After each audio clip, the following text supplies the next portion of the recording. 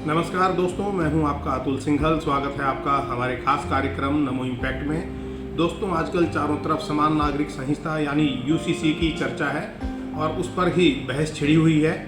तमाम पार्टियों का, तमाम दलों का, अलग अलग व्यक्तियों का अलग अलग राय है यूसीसी को लेकर। और हमने अपने जो पुराने एपिसोड हैं, जो पहले हमने आपको रिपोर्ट दिखाई थी, उसमें बताया था कि ये समान नागरिकता संहिता क्या है, किस प्रकार का ये कानून है। और हमने आपको बताया था कि समान नागरिकता कानून एक पारिवारिक कानून है जो देश के सभी नागरिकों के लिए एक समान लागू होगा। और मैं आपको ये भी बताना चाहूँगा कि जो इस कानून का विरोध हो रहा है या इसके समर्थन में बातें हो रही हैं, वो सही मायने में अगर देखा जाए तो आधी अधूरी जानकारी पर हो रही हैं। हिंदू समाज के बहुत से लोग इस बात के लिए खुश हैं। उनको ऐसा लगता है कि ये जो कानून है, इससे ये मुसलमानों के खिलाफ है और इससे जो है मुसलमान इसका विरोध कर रहे हैं, इसलिए हिंदू समाज के काफ़ी लोग खुश हो सकते हैं इस कानून से। और मुस्लिम समाज के जो लोग हैं वो इसलिए इसका विरोध कर रहे हैं कि उनको इसकी जानकारी नहीं है। उनको लगता है कि हिंदू खुश हैं और हमारा विरोध हो रहा है ये। और जो कट्टरपंथी मुसलमान हैं, जो कठमुल्ले हैं, उन्होंने एक तरीके से गुमराह करने का काम किया है पूरी कम्युनिटी को। तो ये मैं अपने इस एपिसोड में, अपनी इस रिपोर्ट में आपको बताऊंगा कि इस कानून का क्या असर होने वाला है और किसको इस कानून का फ़ायदा मिलेगा। तो दोस्तों, ये जो यूसीसी है, हमने ये भी बताया था, समान नागरिक संहिता, हमारे को उम्मीद है कि इसकी घोषणा 5 अगस्त को हो जाएगी आने वाली। और 5 अगस्त के बाद इस पर थोड़ी चर्चा होगी, क्योंकि ये लॉ कमीशन के पास गया हुआ है अभी मामला, और इसकी चर्चा अलग अलग राज्यों में भी चल रही है, राज्य स्तर पर भी। और ये लगता है कि बहुत जल्द इसको लागू कर दिया जाएगा। तो यहाँ पर आपको अगर एक एक पॉइंट के हिसाब से आप सुनेंगे तो आपको पता चलेगा कि इस कानून का क्या फ़ायदा है और कैसे सब लोगों को इसका लाभ मिलेगा। और मैं यहाँ पर यह भी साफ करना शुरू कर दूँ, समान नागरिकता कानून जो है, जो बहुत से विकसित देश हैं उसके अंदर लागू है, और जो मुस्लिम देश हैं जैसे पाकिस्तान और बांग्लादेश, उसमें भी समान नागरिकता कानून लागू है। अमेरिका में भी है, लेकिन कुछ इस्लामिक कंट्रीज़ हैं जहाँ पर शरिया कानून चलता है, शरीयत के हिसाब से काम चलता है। लेकिन भारत में अगर देखा जाए तो यहाँ पे जो क्रिमिनल जो वो हैं लॉज हैं या आपराधिक मामले हैं, वो तो चलते हैं समान कानून के हिसाब से, उसके लिए आईपीसी बना हुआ है। लेकिन जो पारिवारिक मामले हैं वो चलते हैं अलग अलग धर्मों के हिसाब से।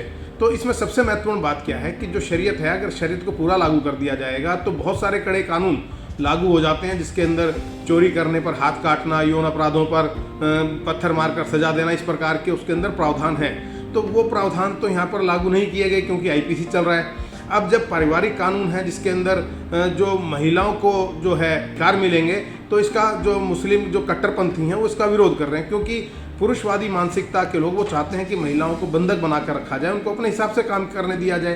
तो समान नागरिकता कानून के अंदर जो सबसे बड़ा फायदा होने वाला है वो मुस्लिम महिलाओं को होगा, क्योंकि मुस्लिम महिलाएं जो अभी जकड़ी हुई हैं, अशिक्षित हैं, उनके बच्चे अशिक्षित हैं, तो वो इसका फ़ायदा उनको मिलेगा, पढ़ाई लिखाई के अंदर तरक्की कर सकेंगे। और सारे देश के जितने लोग हैं, चाहे वो किसी भी धर्म से संबंधित हों, हिंदू, मुस्लिम, सिख, ईसाई, सबके लिए एक ही धर्म, और जैन धर्म, सबके लिए एक ही कानून लागू होगा।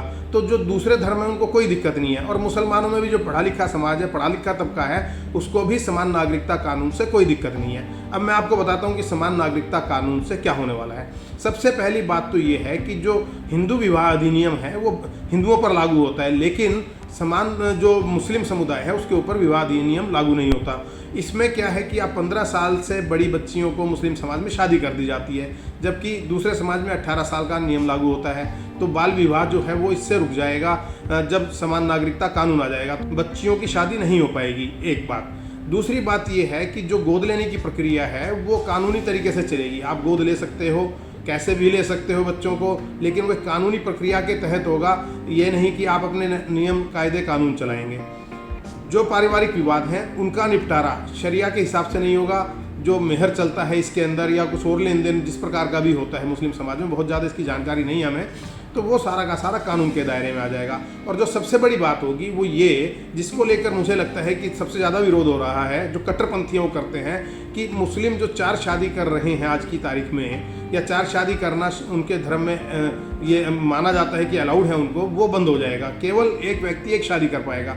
जैसे दूसरे धर्मों में एक शादी अलाउड है, दूसरी शादी अगर किसी को करनी है तो उसके पीछे कोई ना कोई एक कारण होता है। अदालत की परमिशन होती है, पहली पत्नी की सहमति होती है, कोई बांझपन होता है, कोई अपंगता होती है। इस तरह के कारण है जब आपको दूसरी शादी की अनुमति मिल सकती है, अन्यथा आपको केवल एक शादी करनी पड़ेगी। और जो बच्चों का नियम है वो उस हिसाब से बच्चों का नियम भी लागू होगा कि आप ये नहीं कि 4 शादी कर ली 8-10 बच्चे हो गए।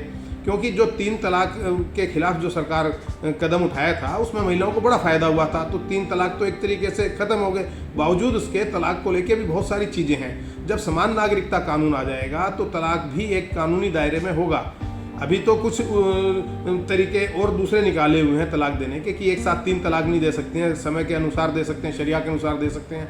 तो मुस्लिम महिलाओं से जो हमारी बात हुई है वो काफ़ी खुश हैं इस जो सरकार जो कवायद कर रही है समान नागरिकता संहिता लाने की या यूसीसी की। उनको लगता है कि सबसे ज़्यादा फायदा होगा और जो मुस्लिम बच्चे हैं वो पढ़ लिख पाएंगे, समाज की मुख्य धारा में शामिल हो सकेंगे, तो उनको बड़ा फ़ायदा होगा। मुस्लिम बच्चियाँ जो हैं वो इस तरीके से बच जाएंगी, क्योंकि जो पहला कदम था सरकार का वो था 3 तलाक का, और 3 तलाक से हलाला जैसा जो मामला है उसके ऊपर कुछ हद तक रोक लगी है। लेकिन समान नागरिकता कानून आने के बाद ये सारी चीज़ें ऐसा उम्मीद की जा रही है कि रुक जाएंगी और देश तरक्की करेगा, विकसित देशों की श्रेणी में आ खड़ा होगा और इसका लाभ सभी समाज के हर वर्ग को मिलेगा, हर धर्म के व्यक्ति को मिलेगा। और ये अपने आप में एक मील का पत्थर जो है साबित होने जा रहा है, ऐसे हमें लगता है। और मुझे ये लगता है कि आपको बहुत सारी भ्रांतियाँ होंगी, तो हो सकता है कि मेरी ये रिपोर्ट सुनने के बाद आपको वो भ्रांतियाँ खत्म हो जाएं। हमारे जो मुस्लिम भाई बहन हैं उनको भी इस रिपोर्ट से कुछ हो सकता है कुछ ज़्यादा जानकारी मिले। और अगर आपको कुछ अच्छा लगा, आपको ये वीडियो हमारी पसंद आई, रिपोर्ट ठीक लगी, तो मैं चाहूँगा कि आप हमारे नमो इम्पैक्ट चैनल को लाइक करें, शेयर करें, फॉरवर्ड करें और सब्सक्राइब करें। अगले कार्यक्रम में आपसे फिर मिलेंगे, तब तक के लिए दीजिएगा इजाज़त। नमस्कार।